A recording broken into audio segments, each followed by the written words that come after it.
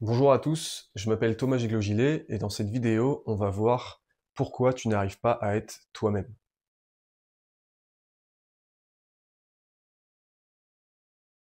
Parfois, tu as l'impression que tu te trahis, que tu joues un rôle, que t'es pas vraiment toi-même. Tu fais des choses que t'as pas vraiment envie de faire. Tu te sens d'une manière qui correspond pas vraiment à ton idéal, à ce que tu aimerais ressentir. Le truc, c'est que tu sais pas vraiment pourquoi tu te sens comme ça ou que tu fais des actions que t'as pas vraiment envie de faire. Mais ce que tu sais, c'est que tu sens un décalage, une tension intérieure. Tu sens un peu comme une résistance, une dissonance. Tu sens qu'il y a un truc qui va pas, mais tu sais pas vraiment pourquoi. Alors aujourd'hui, je te propose qu'on regarde ça ensemble et qu'on se penche vraiment sur la question, qu'est-ce qui m'empêche d'être moi-même? Bien. Ce qui t'empêche d'être toi,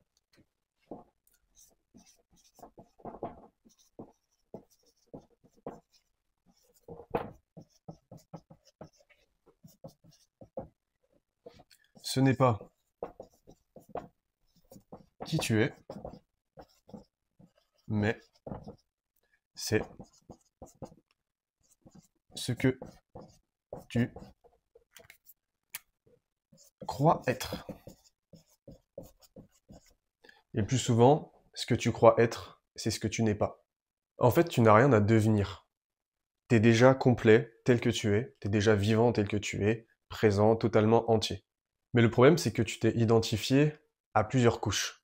Ça peut être tes pensées, ton personnage, tes peurs, ton rôle social, ton passé. Mais tout ça, ce n'est pas toi. Ce sont des identifications. Mais tu as appris à croire que c'est toi. Très important que tu comprennes, c'est que t'as rien à accomplir, t'as rien à devenir, à changer. Ce que tu dois comprendre, c'est que tu dois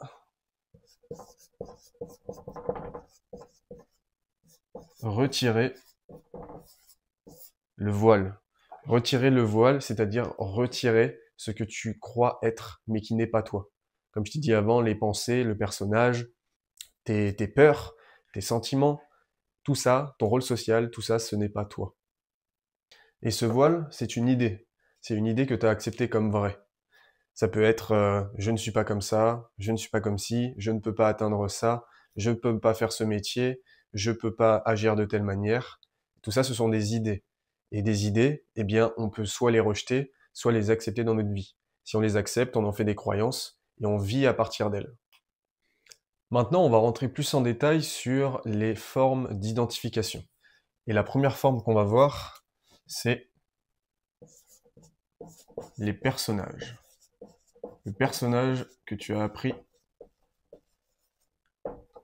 Le personnage, c'est celui que tu as construit dans le but d'être aimé, dans le but d'être validé, dans le but d'être accepté par les autres. Par exemple, tu crois que tu es le gentil, celui qui évite le conflit. Tu peux croire que tu es quelqu'un de spirituel, qui doit du coup toujours être posé et calme. Tu peux croire également que tu es le fort, celui qui cache ses émotions. Tu peux croire que tu es aussi le sérieux, celui qui ne s'amuse pas, qui est tout le temps sérieux et rationnel. Continuer de jouer ces personnages, ce n'est pas mal, mais ce sont des costumes. Et quand tu souffres, c'est parce que tu crois que ce costume, c'est toi. Maintenant, la deuxième forme d'identification, c'est ton rôle social.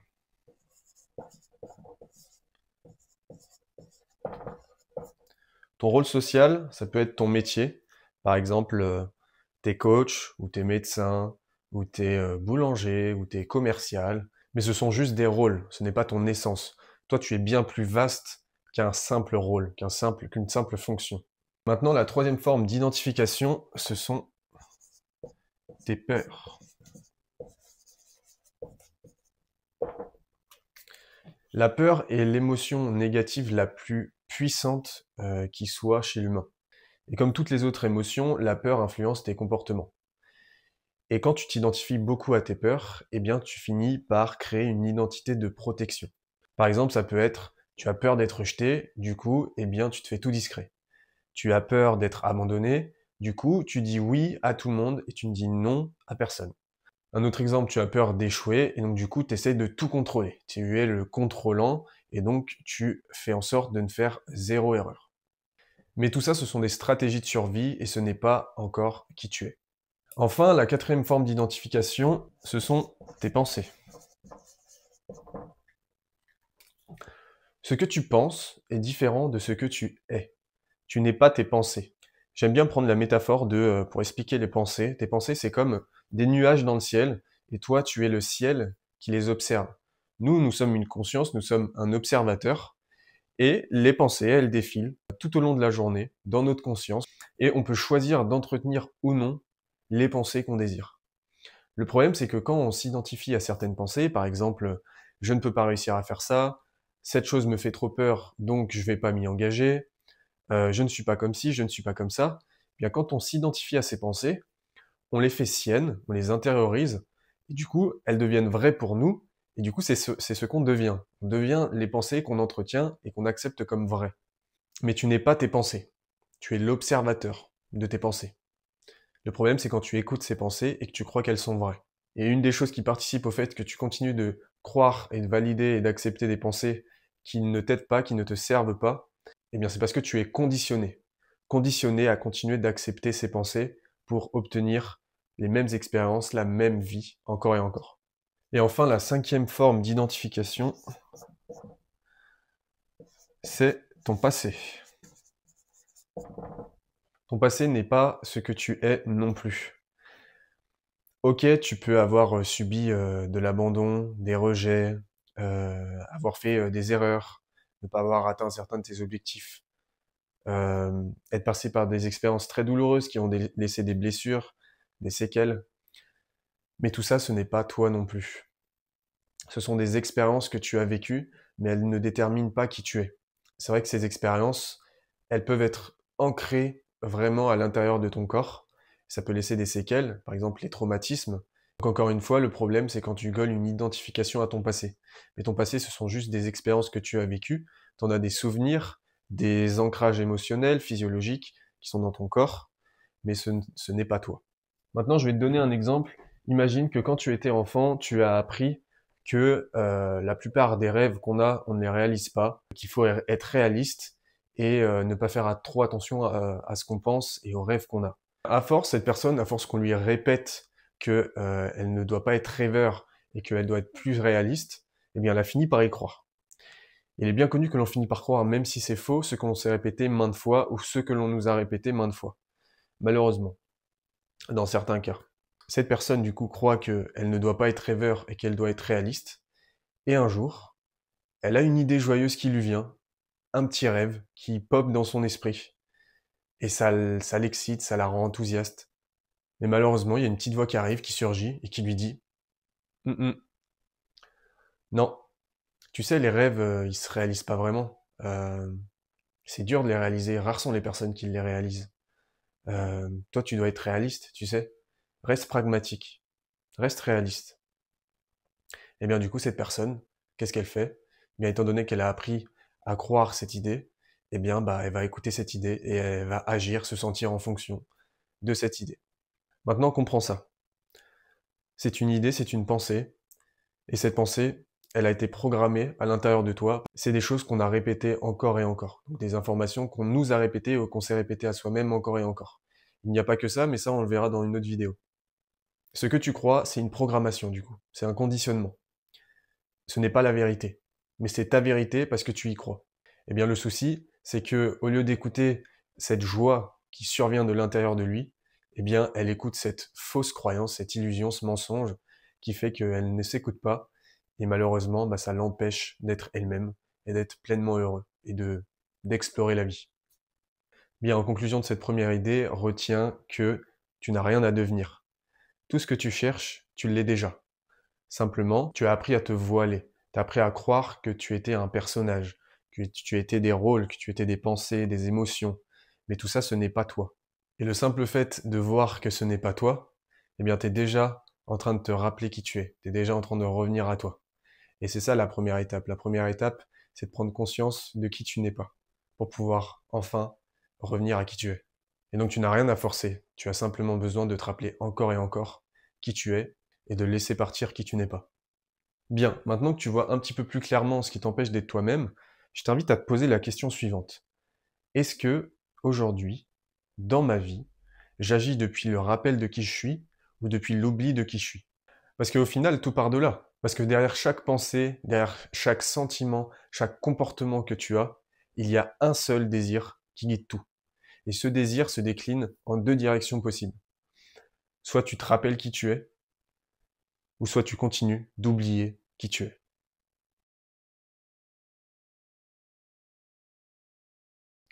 Le désir de te rappeler qui tu es, il provient d'un sentiment de paix, d'un rappel à qui t'es vraiment, à l'unité, à l'esprit que t'es vraiment.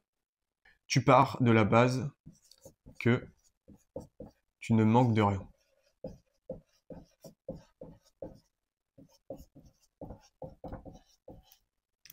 Tu pars de la base que tu es déjà complet.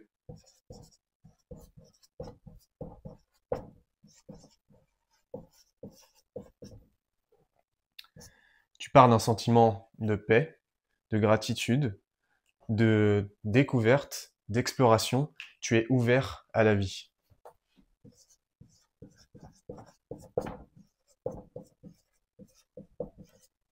Tu es plein.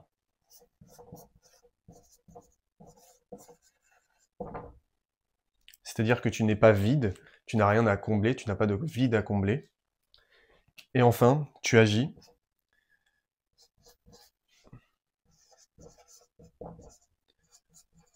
depuis la joie,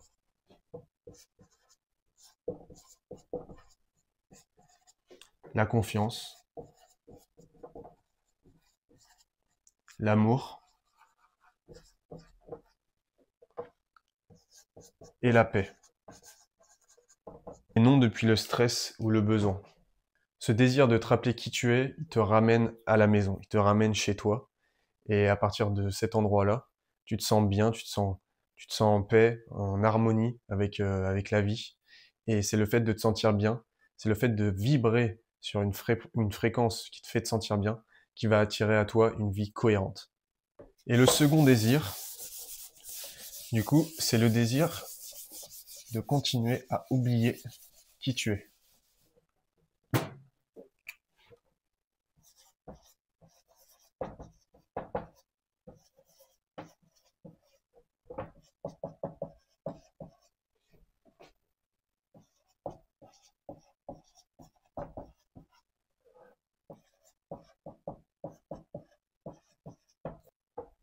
Ce désir est inconscient.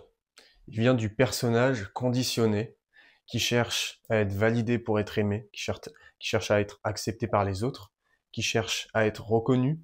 Il croit que sa survie dépend de ce qu'il obtient, de l'image qu'il transmet aux autres et de la validation qu'il reçoit. Quand tu vis depuis l'oubli, tu es toujours en train d'attendre.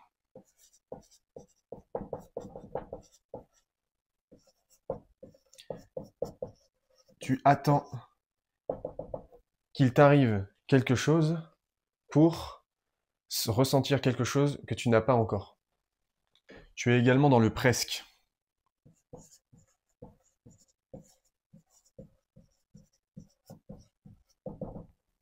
Presque heureux, presque confiant, presque riche, presque en bonne santé. Ensuite, tu crois également que ce qui t'arrive aujourd'hui n'est pas suffisant.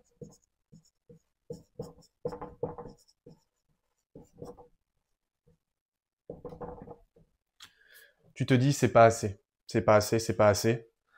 Et quand j'atteindrai un résultat bien plus élevé que le résultat actuel, eh bien je me sentirai bien et que ce sera enfin suffisant. Et enfin, tu penses que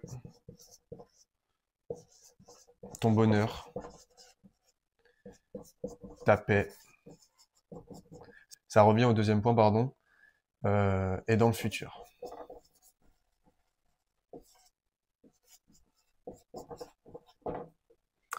Tu penses que ton bonheur, ta paix est dans le futur. C'est-à-dire que tu n'acceptes pas le fait que ça, ton bonheur, ces sentiments-là, ces émotions-là, tu pourrais les avoir dans le présent. Et tu te dis que dans le futur, tu seras ci, tu seras ça, tu seras confiant, heureux, en bonne santé. Ça rejoint le deuxième point qui est être dans le presque. Je suis presque heureux, presque pas assez. Je suis presque heureux, presque en bonne santé. Et quand j'aurai ces choses, eh bien, je me sentirai bien. Une grande erreur que certaines personnes font, je ne sais pas qui, je ne sais pas en quelle quantité. Par exemple, tu as envie de créer quelque chose, très bien. Mais si tu le fais dans le but de montrer que tu vaux quelque chose, eh bien, t'alimentes cette croyance que tu ne vaux rien tant que tu n'as pas fait quelque chose. Et c'est ça la course sans fin. Tu agis, tu réussis, mais tu restes vide à l'intérieur. Parce que tu pars d'un sentiment de manque et pas de plénitude. Du coup, tu continues à te sentir dans le manque, à te sentir vide, même si ton monde extérieur a changé, même si tu es plus riche, même si tu as une plus grosse voiture, même si tu as encore plus d'amis. Tu n'arriveras pas à changer cette chose, à combler ce vide que tu as à l'intérieur de toi, par quelque chose d'extérieur à toi. Maintenant, imaginons que tu veux lancer un projet. C'est quelque chose qui t'appelle, qui te fait vibrer, qui t'excite, mais selon d'où tu vas partir intérieurement, eh bien ça va dicter l'expérience que tu vas faire et les résultats que tu vas avoir. Donc la première version,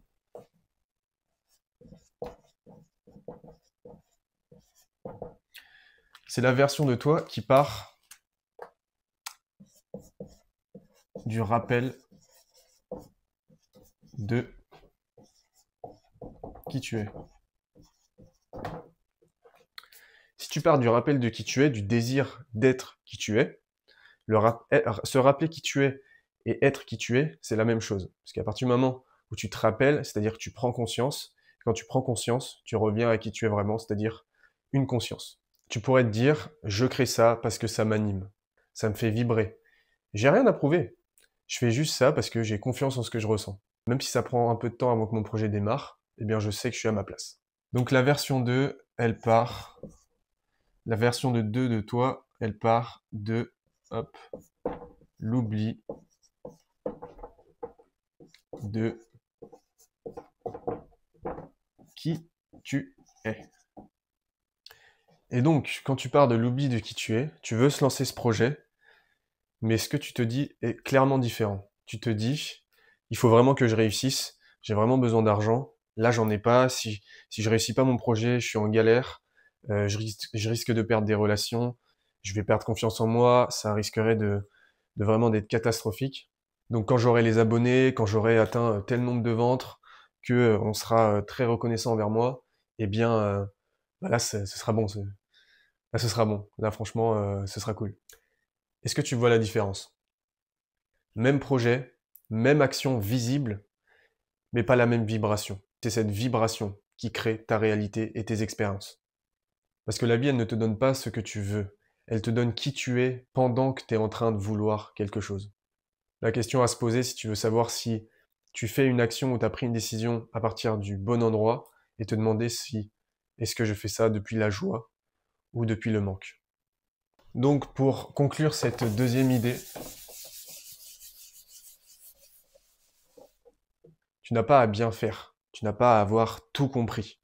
Tu as simplement besoin de te rappeler, est-ce que là je suis en train de me rappeler qui je suis, ou je continue de m'oublier moi-même. Et si tu t'es oublié, c'est ok, c'est pas grave. Choisis à nouveau. Tu peux choisir à nouveau, tu peux créer à nouveau, tu peux décider différemment. Et à partir du moment où tu décides différemment, eh bien c'est là que ta vie, elle change. Bien, maintenant que tu sais qu'à chaque instant tu peux choisir entre redevenir qui tu es ou oublier qui tu es, la vraie question à se poser c'est, mais du coup quand je me rappelle, qui suis-je vraiment? Et c'est là que la plupart des personnes s'arrêtent, parce qu'elles ne savent pas qui elles sont. Et le mental veut mettre une définition sur qui nous sommes. Mais ce que tu es ne peut pas se mettre dans une case. Ce que tu es dépasse tout ce que tu crois. Et ce qu'on va voir, c'est que tu n'es pas une petite chose, un petit humain perdu dans un monde trop grand pour lui.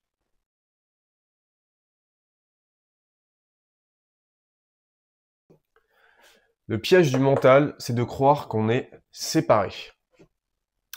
Le mental, il adore les étiquettes. Il adore comprendre les choses, il adore délimiter les choses, il adore se sentir en sécurité. Il te fait croire que tu es un être fragile. Il te fait croire que tu es un jeu, séparé des autres, séparé de la vie, séparé de Dieu.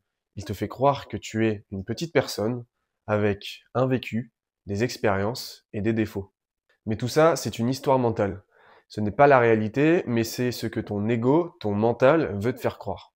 Le mental, il se dit, je m'appelle Thomas, j'ai 28 ans, je viens de là-bas, j'ai vécu ça, j'ai vécu ci, et voilà ma vie. Mais ça, c'est ton rôle dans le film. Mais toi, tu n'es pas le film. Ce que tu es, c'est l'écran qui projette le film. Tu es l'observateur, la conscience qui permet de voir ce film.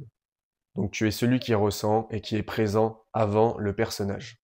Bien, maintenant on va se pencher un petit peu plus sur ce que dit la science, la spiritualité et la conscience éveillée. La physique quantique dit que tout est vibration, que tout est énergie. Cela veut dire que tout est interconnecté, tout est lié. On est fait de la même chose que les étoiles et que l'espace entre les étoiles. On est fait de la même chose, toi et moi. Maintenant, la spiritualité, elle dit que tout est Dieu. Tout est source, tout est une seule chose, tout est esprit, tout est vie, tout est intelligence. On peut appeler ça comme on le veut, suivant ce qui résonne le plus avec soi-même. Dieu est omniprésent, omniscient et omnipotent. Cela veut dire que Dieu s'exprime en toi et à travers toi. Quand tu agis, c'est Dieu qui agit. Et enfin, la troisième tradition profonde, c'est la conscience éveillée. La conscience éveillée, elle dit simplement qu'il n'y a pas de toi ici et quelqu'un d'autre là-bas. Non, il n'y a que la vie qui s'expérimente à travers des formes différentes. Et ce que tu es profondément ne peut pas être atteint, parce que c'est déjà là. En fait, tu n'es pas quelqu'un qui essaie de se connecter à la vie, tu es la vie. Tu n'es pas quelqu'un qui essaie de trouver l'amour, tu es l'amour. Tu n'es pas quelqu'un qui essaie d'être heureux, tu es déjà heureux. Tout ce que tu essayes d'être, tu l'es déjà. Maintenant, je vais prendre un exemple concret des relations amoureuses. Quand tu crois que tu es une petite chose, tu doutes de ta valeur. Tu veux être aimé pour combler un vide. Tu veux te montrer sous ton meilleur jour, tu te caches, tu te protèges, tu fais en sorte que les autres voient que les meilleures parties de toi. Ce que tu te dis, c'est: est-ce que je suis assez bien? Est-ce que je vais être rejeté? Est-ce qu'elle va m'aimer? Est-ce qu'elle va m'accepter tel que je suis? Ce que tu fais, c'est donner le pouvoir à l'autre de te valider. En revanche, si tu pars du fait que tu es une expression de la vie, tu pars du fait que tu es déjà une seule chose, que tu es déjà plein, que tu es déjà complet, que tu es déjà aimé et amour. Tu n'as rien à prouver, tu es déjà complet. Tu attires les autres au lieu de courir après eux. Et simplement, tu vibres l'amour que tu es, et ça suffit. Et ce que tu te dis, c'est: je suis l'amour. Et simplement le fait d'être l'amour, ça suffit. Et je sais que j'attire les personnes qui sont aussi amour, les personnes qui me correspondent, qui résonnent avec qui je suis. C'est ça qui fait une énorme différence, parce qu'à partir du moment où tu te crois amour, tu es amour, eh bien là, tu te montres différemment, tu parles différemment, tu te comportes différemment, tu agis différemment, tu fais pas les mêmes choses. C'est à ce moment-là que le vrai changement va se produire. Bien, en conclusion de cette troisième idée, retiens que tu n'es pas une petite chose dans un monde trop grand pour lui. Tu es déjà immense. Et dès que tu te rappelles ça, tu n'agis plus depuis le manque. Tu agis depuis l'abondance, et l'abondance attire plus d'abondance. Bien, maintenant que tu te rappelles qui t'es vraiment, que tu comprends que t'es pas une petite chose dans l'univers, mais que t'es un univers à toi tout entier, eh bien une stratégie qui peut t'aider à te rappeler qui tu es, c'est de te poser la question suivante. Qu'est-ce que je veux vraiment?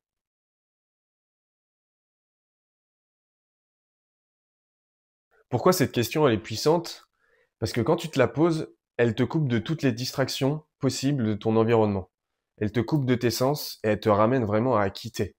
Elle te sort en fait de l'hypnose des je dois, des il faut, des vite vite, il faut que j'aille faire ça, il faut que j'aille faire ci. Là vraiment tu te poses la question et tu reviens à: mais qu'est-ce que je veux vraiment, là maintenant tout de suite? Qu'est-ce qui est important pour moi? Qu'est-ce que j'ai envie d'être? Qu'est-ce que j'ai envie de faire? Qu'est-ce que j'ai envie de dire? Comment j'ai envie de me comporter? Et quand toutes ces questions te viennent, eh bien, il y a aussi des réponses. Et c'est à ce moment-là que tu choisis différemment. Parce que tu arrêtes de croire à l'être que tu n'es pas, et tu te remets à être vraiment toi-même. Cette question, elle agit à plusieurs niveaux. Premièrement, elle te ramène à toi.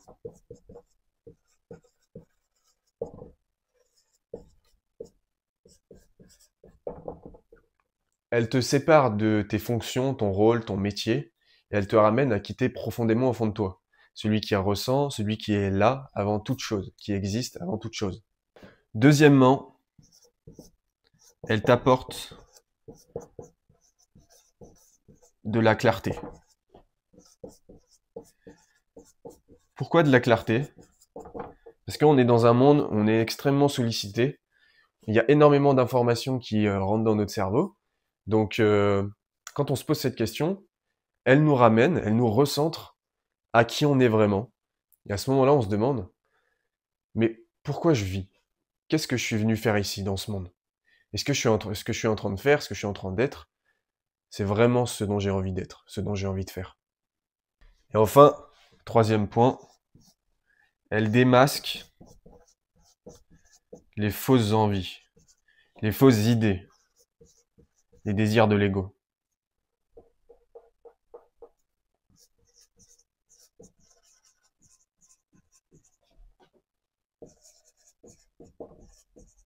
Parce que ce que tu veux vraiment, c'est pas ce que ton ego veut.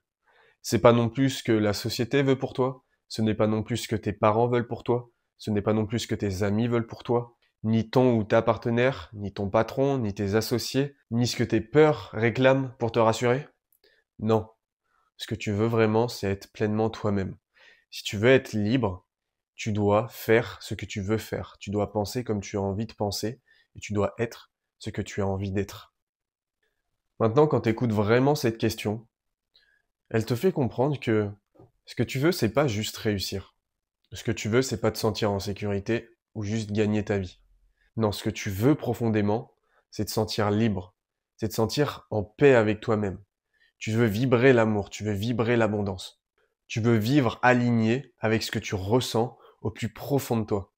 Et tout ça, en réalité, c'est déjà là. Tu peux déjà être toutes ces émotions, tu peux déjà ressentir toutes ces émotions. Mais on l'a oublié. On l'a oublié parce que on s'est identifié à nos pensées, à nos peurs, à nos circonstances, à notre environnement extérieur, à nos résultats présents. Donc comment tu peux utiliser cette question au quotidien? Tu peux l'utiliser le matin en te demandant quel est le but de ma journée, qu'est-ce que j'ai envie de faire, quel est mon rêve. Tu peux également, avant de faire quelque chose, te demander pourquoi je vais faire ça, pourquoi j'ai envie de faire ça. Est-ce que j'ai vraiment envie de faire ça? Quand tu te sens perdu ou en conflit, tu peux te demander est-ce que ça me rapproche de qui je suis, de qui j'ai envie d'être, ou ça m'en éloigne? Et dans les grandes étapes de ta vie, avant de prendre des grandes décisions, tu peux te demander quel est le but de ton existence. Quelle est la vie que j'ai profondément envie de créer? Bien, maintenant que tu sais qui tu es et qui tu n'es pas, que tu as le pouvoir de choisir à chaque instant, et que tu peux te rappeler de qui tu es et revenir te recentrer à qui tu es en te posant la question qu'est-ce que je veux vraiment? Tu pourrais croire, par erreur, que tu dois être qui tu es tout le temps, à chaque instant. Eh bien, c'est faux. Parce qu'en réalité, tu es humain, tu vas continuer de t'oublier parce que tu es programmé, tu as été conditionné, et maintenant, tu as des habitudes de pensée, de comportement, de sentiments, de manière de te sentir, qui font que, bah, des fois, tu vas être toi-même, et des fois, tu vas t'oublier toi-même. Parce que, bah, tu vas revenir à cet ancien paradigme, cette ancienne manière de vivre. Et ce qu'il faut que tu comprennes, c'est que c'est totalement OK. C'est totalement OK de s'oublier. Il faut pas culpabiliser, parce qu'une fois que tu comprends bah, comment tu fonctionnes, eh bien ce dont tu as besoin, c'est des prises de conscience. C'est te rappeler qui tu es encore et encore. Qui va faire que petit à petit, cette ancienne version de toi, elle va s'en aller, elle va disparaître. Et elle va être remplacée par qui t'es vraiment. Celui qui est capable de tout ce qu'il désire. Celui qui est pleinement entier, qui est complet, qui est abondant, tu es une expression du tout, tu es unique, tu es une seule chose.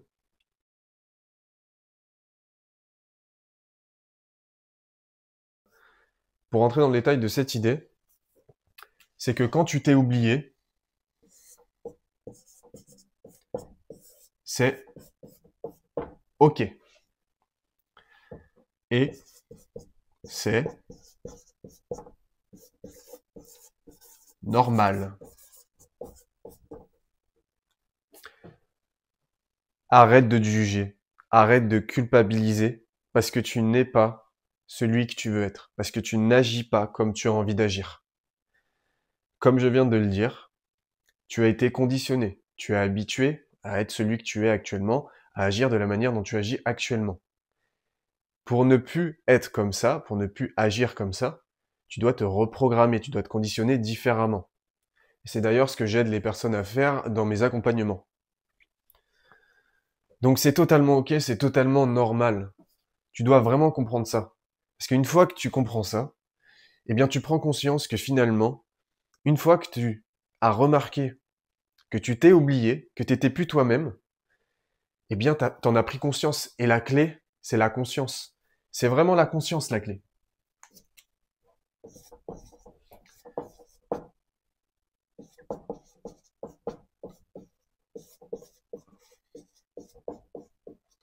Parce qu'une fois que tu prends conscience, t'es déjà en train de revenir à toi. Cette conscience de l'oubli de qui tu n'es pas, c'est vraiment le vrai réveil. C'est tout par-delà. Tu ne peux pas résoudre un problème si tu n'en prends pas conscience. Et c'est ça le travail, c'est ça la clé, c'est ça le réapprentissage. C'est prendre conscience encore et encore que tu n'es pas ce que tu es là actuellement, mais tu es bien plus que ça. Donc moi, ce que je te conseille,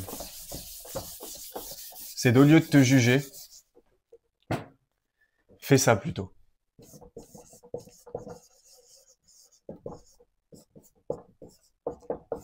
Remercie-toi.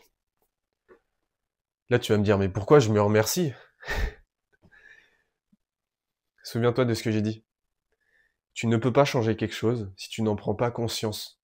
Quand tu prends conscience que tu n'étais pas toi-même, tu es déjà en train de redevenir qui tu es vraiment.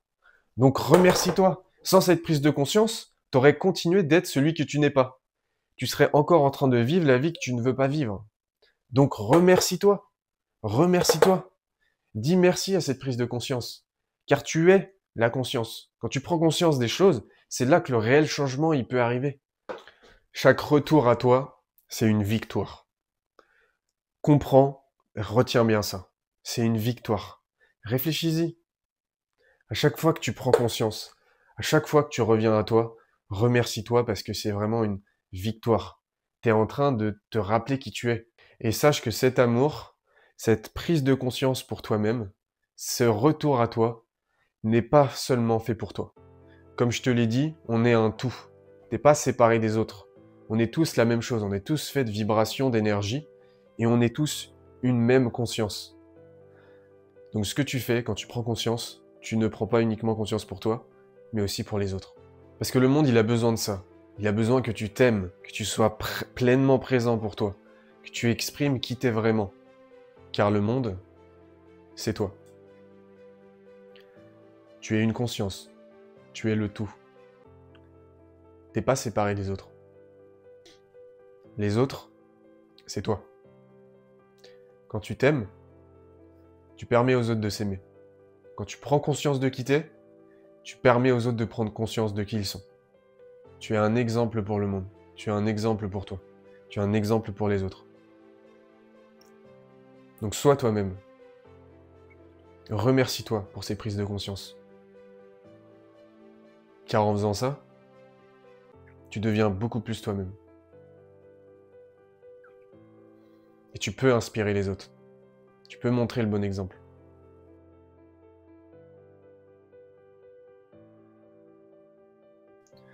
Parce que ce que chacun attend au fond, c'est qu'on lui dise, c'est ok. Tout va bien. T'es assez. T'as pas à te réparer. T'as rien à faire. T'as rien à prouver. T'as rien à contrôler. T'as rien non plus à fuir. T'as rien à prouver, t'as rien à justifier.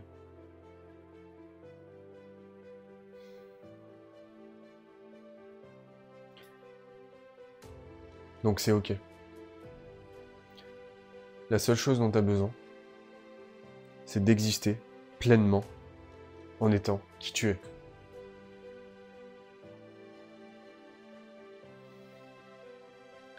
Parce que ce que tu es, c'est celui qui ressent, c'est celui qui voit, qui observe, qui est conscient. Finalement, c'est l'être. Donc mon ami, toi qui regardes cette vidéo, respire. Laisse-toi être. Lâche prise. Lâche prise. Laisse la vie s'exprimer à travers toi. T'as pas besoin de forcer les choses. Laisse les choses s'exprimer à travers toi. Suis ton intuition, suis tes sentiments, suis ce que tu ressens vraiment au plus profond de toi, parce que tes sentiments, ton intuition, tes inspirations, elles connaissent le chemin qui est fait pour toi. Suis-les, fais-leur confiance, et ta vie, elle sera magnifique. Merci, j'ai adoré faire cette vidéo. J'espère que ça t'a aidé. Pense à aimer, à t'abonner, et à partager, et à commenter si ça t'a plu. On se retrouve dans une prochaine vidéo. Salut!